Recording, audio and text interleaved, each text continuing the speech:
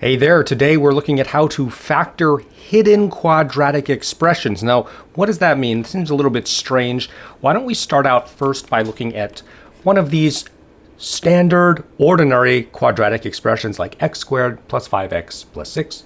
How would we factor something like this? Well, you could use the AC method. Now here a is 1, and so AC is just going to be 6, right? So what we're looking for is the factors of 6 that add up to give us 5, right? That's essentially all we have to do here. The factors of 6 that add up to give us 5, this b value here. And the factors of 6, well, that's going to be 1 times 6 and 2 times 3, and then 3 times 2 just repeats everything, right? So of course here we see 1 times 6 is 7. That's not what we're looking for. 2 plus 5 is 5. That's exactly what we're looking for. And so 2 and 3 are going to be sort of the numbers here that we want to use. It means we can factor this into some x plus 2 and some x plus 3. And if you FOIL this together, you'll get x squared plus 5x plus 6. Okay, so this is how we factor standard ordinary quadratic expression. But what if we had something maybe a little bit more complicated? Something like this. Okay, so here we have this x plus 1 quantity squared plus 5 times x plus 1 plus 6. Okay, so now in this case, there's sort of two ways that we could factor this. We could do it the long way or the short way. Okay, so why don't we do it the short way first? This is sort of recognizing that this is already in the form of a quadratic expression. All we would have to do is basically take this x plus 1 and recognize that as some kind of variable. Like here we just have x, but x can represent anything. X could represent, 53, or it could represent some expression like x plus 1. Okay, so what we'll do is we'll take another variable, let's say u, and we'll define u to be x plus 1. This is the key step. And now when we rewrite this by substituting in the u, we get a u squared plus a 5u plus a 6. And look at that. That's exactly the same expression that we started out with. So we know how to factor this. This is just going to be u plus 2 times u plus 3, right? Because that's exactly what we have right here. And so we've sort of finished it, but all we have to do now is get rid of the u and express it back in terms of x. And so we're just going to take this and plug it in where we have this u right there. So if we do that, we'll get here an x plus 1 plus 2, right? And then here we'll get an x plus 1 plus 3. And if we simplify that, we'll get an x plus 3 times an x plus 4. And then that's it, right? We have completely factored this original expression, even though it's so complicated. So we're kind of recognizing this as what we call a hidden quadratic. Like it's already in this form of a quadratic expression if you recognize this x plus 1 as being some unit that we'll just call u. Now, if we did this the long way, we would get the same answer, right? So if we did this the long way, let's try it here. What that means is actually take this expression and FOIL it out, and then distribute this 5 into there, expand everything out, and then simplify it. We should get another quadratic expression, right? So this x plus 1 squared, what will that actually give us? That'll give us an x squared plus a 2x plus a 1, right? That's actually what we get here.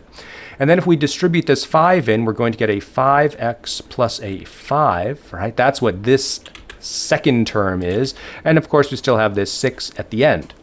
So what can we do? Well, we can combine like terms, right? We'll combine like terms here. So this becomes an x squared plus a 2x, and then we have sort of this 5x over here, right? And then we still have this plus 1 from here, and then a plus 5, and then the last plus 6. So let's combine the like terms. We'll get our x squared plus 7x plus 12, right? Okay, so this is what we get when we simplify everything out. Now from here, this is now just a normal standard quadratic expression that we can factor. And we can do this, right? So again, we would look for the factors of 12 that add up to give us 7, right? So this would be sort of what we're looking for. And we could do 1 times 12, 2 times 6, or 3 times 4.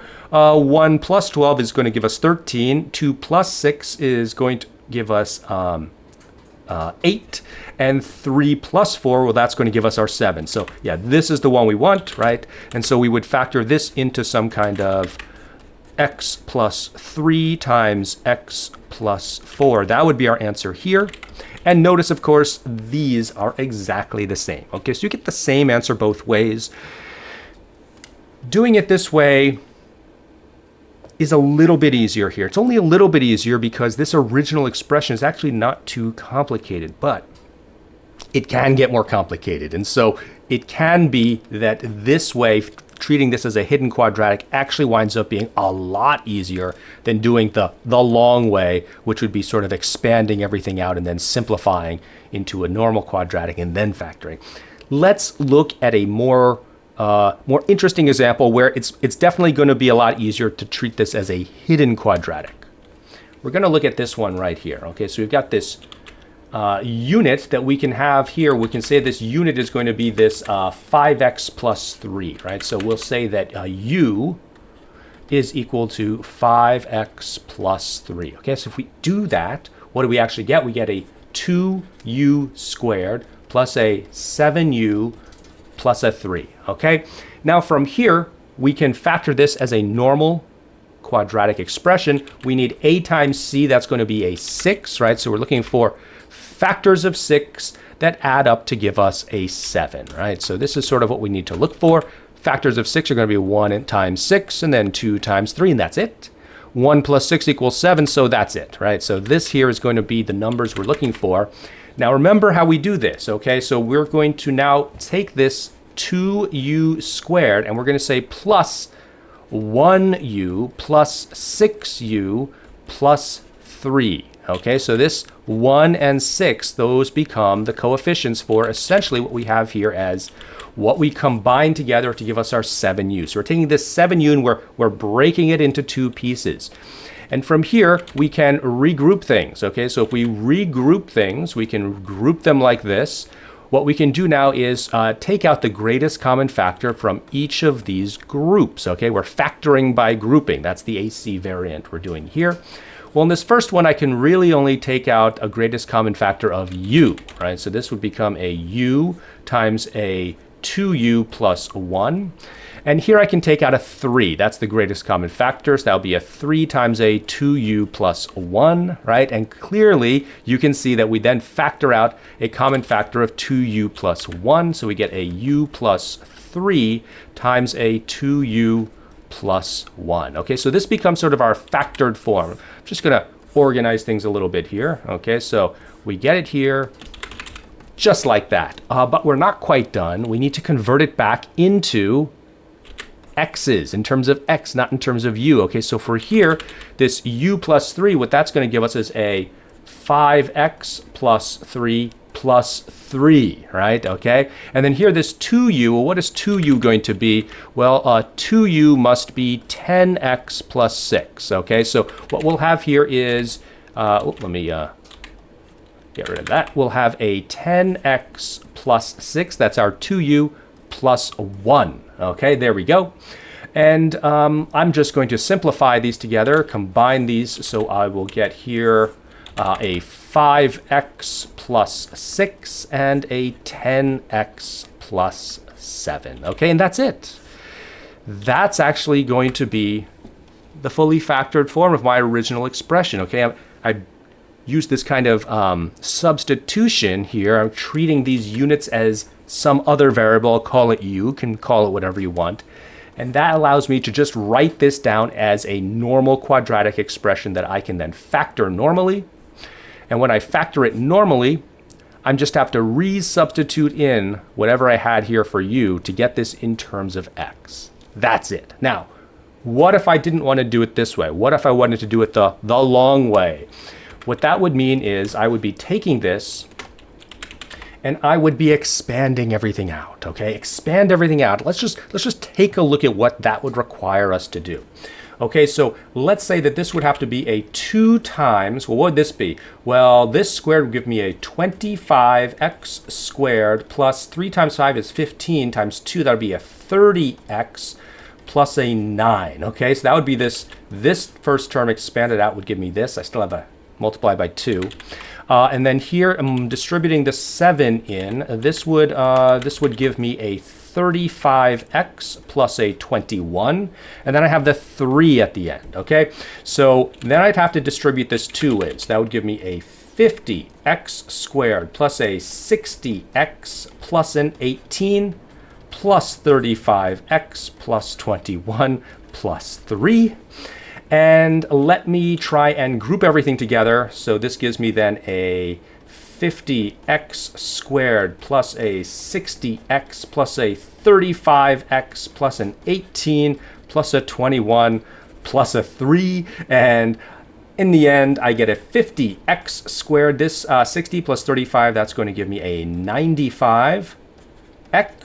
And then, well, 18 plus 3 is 21. So 21 plus 21 is 42. Okay, so this actually gives me a normal quadratic expression, but from here I would have to factor it. And so using the AC method again, I would have to A times C, well, that would be some 50 times a 42, whatever that is. I would have to figure out the factors of that add up to 95. And 50 times 42, that turns out to be a big number. I believe this is actually the same as 2,100. 2,100 has a lot of factors, right? You have 1 times 2,100. You're going to have 2 times 1,050, right? 4 times half of that. You could even do 3 times 700. So you could keep going. And eventually, what we expect to find is, well, I think we'd get a 60 and a 35 would be the answer that we're looking for here, right? So I think eventually that's what we would get. And if we FOIL this out together, right, if we FOIL this original number out, let's see what we get. So of course the first numbers, this times this would give us our 50x squared, which is exactly what we have here. And of course, the last times the last is going to give us our 42, which is what we have here. But if we look at the outer times the outer, that's going to be a 35x, and then the inner times the inner, that would give us a 60x. So yeah, that's right. This is what we would need to get. So we'd have to figure out that eventually we get 35 times 60, and they add up to give us 95. So finally, once we did that, we could put it all back together and factor it out normally. But look at how many of these factors we would have to go through. It's quite a lot. And that's why treating this as like a hidden quadratic expression winds up being quite a lot easier. Okay, so that's the basic idea here. Let's try another example. Let's try this one right here. So we've got a 4 times this x minus 3 squared minus 9. And what I want to do is I want to define my u as this x minus 3. Okay, and if I do that, then what I get here is a 4u squared minus 9, and you should be able to recognize this as a difference of 2 squares. Okay, so this is one of those special factoring formulas that we learned about. I can treat this as a 2u squared minus a 3 squared, right? Literally this difference of 2 squares here. And we know the formula we get to factor this must then be a 2u plus 3 times a 2u minus 3. Now we just have to convert it back into an x. Okay, so here we have what u is. That means that 2u must be 2x minus 6. So we can just substitute that back in here. We'll get a 2x minus 6 plus 3 multiplied by a 2x minus 6 minus 3. And we just simplify that. We'll get a 2x minus 3 here and a 2x minus 9. That's it. Okay, we have fully factored our original expression. We did not have to expand this and make this into some, big trinomial. We didn't need to do that using our special factoring formula here. Here for our last example, we're going to recognize we can have this x squared plus 4 be our u, right? So let's define u to be x squared plus 4. And if we do that, we can rewrite everything as 16u squared plus 40u plus 25. And notice if we did not do this kind of substitution, this x squared plus 4 squared, if we were to actually expand that out, we would get an x to the 4th power, wouldn't we? So we would wind up having to factor a quartic polynomial. And that is going to be quite a lot more difficult than factoring a quadratic polynomial like this. So this is definitely the way we want to go. Now from here, we could try and factor this using sort of the standard AC method, right? So we would have to figure out here what is 16 times 25 equals, something, and find the factors of that add up to 40. And we could do that. But I want you to notice 16 is a perfect square. So is 25. So what if I was to instead see if maybe this is a perfect squared trinomial? Maybe, right? So if this is a perfect squared trinomial, what I'm trying to find is, I'm going to write this as a 4u squared, right? And then over here, I'm going to write this as a 5 squared. And in the middle here, if you remember your formula, I'm going to sort of factor out a 2 first. So I'm going to get a 2 times a 20u. And the question is, this 20u, is that the same as 4u times 5, right? Is that the same as these two multiplied together? And it is. 4u times 5 is 20u. And so that tells me that actually this is going to be a perfect square trinomial. I know how to factor perfect square trinomials. I just have to look at these values here. I know that the answers must then be just 4u plus 5 squared. All right, that's actually how I'm going to factor this. And you can FOIL this out and double check to make sure that it works.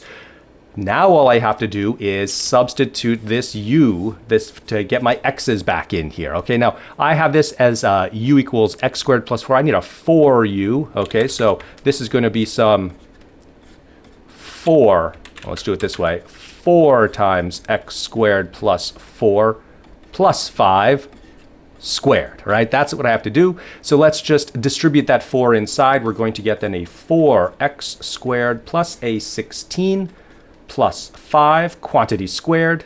And finally, that will then equal a 4x squared plus a 21 quantity squared. And there we go, okay? We have actually factored our original expression here using this kind of hidden quadratic method, and also recognizing that this is one of our special factoring formulas for a perfect square trinomial. All right, so hopefully that helped you out learning on how we can recognize these hidden quadratic expressions and factor them more rapidly that way. Come back next time where we look at how to factor an expression completely. Okay, what does that mean? Come back next time and see. I'll see you there.